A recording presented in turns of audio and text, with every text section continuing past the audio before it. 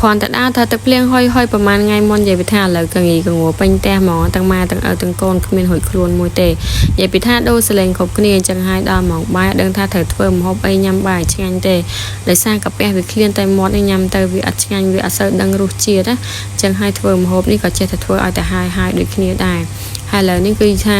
យកគ្រឿងមកហាន់គឺឆាក្តៅមាន់ណាហើយគ្រឿងមានអីទេគឺមានម្ទេសស្លឹកក្រូចសើចក៏លខៃហើយម្ទេសនឹងអាយហើយម្ទេសនេះគឺຕົកដាក់ពេលឆាក្តៅឆ្អិនទេអត់បានដាក់លីងជាមួយនឹងគ្រឿងពេលភ្លាមទេដោយសារខ្លាច់កូនហិលណាចឹងហើយដោយសារតែអត់បានលីងម្ទេសជាមួយនឹងគ្រឿងគឺខ្ញុំបានបន្ថែមល្មៀនតិចដើម្បីយកពណ៌ដើម្បីកុំឲ្យវាស្លេកស្លាំងពេកហើយឥឡូវយើងហាន់គ្រឿងហើយខ្ញុំរៀបចំទុកដាក់ប្រអប់ខ្ញុំយកទៅដាក់ទូទឹកកកវិញសិនព្រោះយើងយកចេញពីក្នុងទូទឹកកកយូរពេកក៏អាចធ្វើឲ្យបន្លែយើងនឹងវាខូចដែរឥឡូវងាកមកសាច់មាន់វិញសាច់មាន់នេះខ្ញុំយកចេញពីទូកកដាក់មកនៅកន្លែងធម្មតាដើម្បីឲ្យវាអាលាទឹកកកអស់ហើយមុននឹងយកទៅឆាដាក់ប្រហែលជា1ម៉ោងទៅ1ម៉ោងកន្លះអីបានវាអាលាទឹកកកហើយឥឡូវយើងដល់ម៉ោងឆាយើងបើកភ្លើងយើងដាក់ខ្ទះមកចាក់ប្រេងឆាយើងចូលមកទៅព្រេងលេងឡើងក្តៅហើយយើងចាក់គ្រឿងចូលមកហើយទាំងអស់គ្នាមានមើលឃើញអត់គ្រឿងខ្ញុំគឺខ្វះគេគឺខ្វះខ្ទឹមសខ្ទឹមក្រហមនិយាយថាធ្វើម្ហូបនេះដោយអារម្មណ៍អត់នៅក្នុងខ្លួនសោះហ្មងហើយឃើញខ្វះអញ្ចឹងហើយក៏អត់មានបានចិត្តអីត្រឹមត្រូវដែរណាគឺថាទៅទាញខ្ទឹមម្ដុំមកលាងទឹកហើយគឺប្រលេះដំយកមកចាក់លីងជាមួយនឹងកុលខៃហ្នឹងហ្មងហើយបើមានខ្ទឹមក្រហមអីថែមខ្ទឹមក្រហម 4-5 ដុំមកដើម្បីកាន់តែឈ្ងុយដោយសារខ្ញុំអត់មានអញ្ចឹងខ្ញុំដាក់បានតែខ្ទឹមសនឹងអាយហើយខ្ញុំលីងគ្រឿងខ្ញុំមើលរឿងឈ្ងុយល្អហើយខ្ញុំចាប់ផ្ដើមចាក់សាច់មាន់ចូលហើយយើងឆាត្រឡប់សាច់មាន់ជាមួយនឹងគ្រឿងមកសាច់មាន់នេះវាអត់តលាទឹកកកអស់អញ្ចឹងវានៅដុំខ្លះ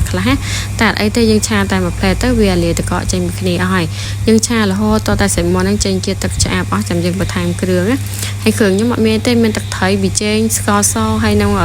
ថ្ងៃនេះគឺបន្ថែមប្រេងខ្យងមកសភាបាយដែរតែប្រេងខ្យងហ្នឹងដូចអត់ឆ្ងាញ់យ៉ាងម៉េចទេធ្វើឲ្យម្ហូបមានជាតិរាងជូរមិនដឹងថាមកពីម្ហូបឬក៏មិនដឹងថាមកពីមាត់ខ្ញុំឬក៏មកពីប្រេងខ្យងទេយើងឆាត្រឡប់ចុះឡើងហើយយើងបិទកម៉ូបទុកចោលមកស្ទួយទៅចាំយើងមកបើកកម្របមើលវិញណា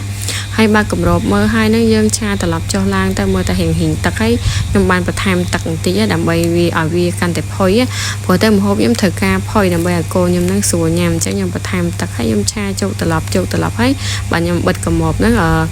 ងាស់វាតុកទៀតហើយនិយាយថាឆាខ្ញុំនេះគឺថាស្លេកស្លាំងមើលទៅគ្មានរសជាតិទេនិយាយមែនដោយសារតែយើងអត់បានដាក់លីងម្ទេសជាមួយនឹងគ្រឿងឲ្យវាមានពណ៌ក្រហម